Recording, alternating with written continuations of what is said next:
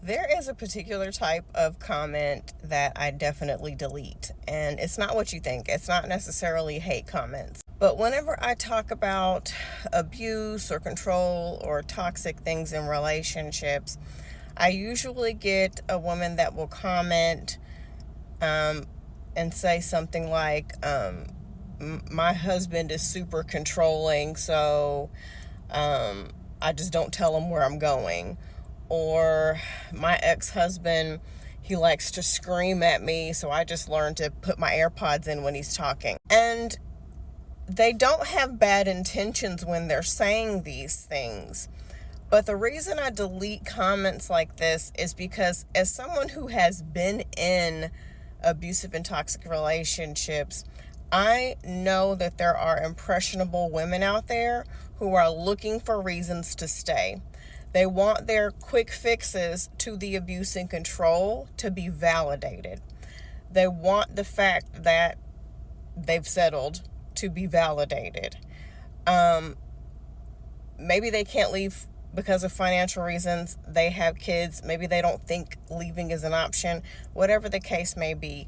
But I'm really protective over my comment section because I don't want a woman who doesn't realize it, but her life is on the line, to see someone else's quick fix to abuse and think, yeah, I'm doing the right thing. There is no witty comeback. There is no quick fix. There's nothing you can say or do that's going to stop an abuser from abusing you.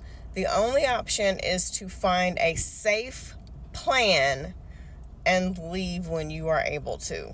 I've heard it all. Women, I just cuss my husband out every time he talks to me crazy. I just do this, I just do that, I just do this, I just do that. It's kind of like if you are standing in front of a dam that's blocking a large body of water from coming in, and you see a leak, and then you put some duct tape over that leak, and then you think you fixed it, and then another leak springs. So you put your hand over that leak, and then you think you fixed it, and then another leak pops up, and then you put your other hand over that leak to fix it, and then there's another leak, so then you got to run and put tape over that leak, and then pretty much there's a crack forming. And then the lake, there's nothing you can do. When you think you're 2 steps ahead, the abuser is going to leap 5 steps ahead of you. There's nothing you can do. That is the dark magic of abusers. They have to get the last word. They have to push you until you cry, until you scream. They won't stop until you are completely crushed. And even if your situation isn't as extreme as somebody who's abusive, like I do videos on men who ruin family vacations, and women will say, well, I've just learned to go without him and just take the kids. And that sounds like, a reasonable solution to the problem, when in actuality, it's really sad that you're married to or living with and have a family with somebody that you can't be a family with. That's really sad. And I realize I can't help everybody. For some reason, people assume that I'm trying to force people to change. If you're fine with the way things are going in your relationship and you think all those quick fixes and everything is working, you do you. I'm not going to force you to do anything.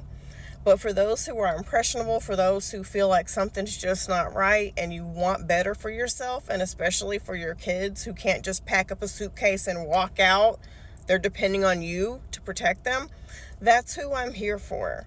I have family members who I've just witnessed just settle, and they do things without their husband because their husband ruins vacations. They do all these quick fixes, and I feel my heart breaks for them, because I often wonder how much better their life would have been if they would have made that safe plan and told that dude to go fuck himself, or nothing at all, just disappeared. But I do not promote settling on my page. I do not promote any kind of quick fixes that you think you're going to get over on an abuser.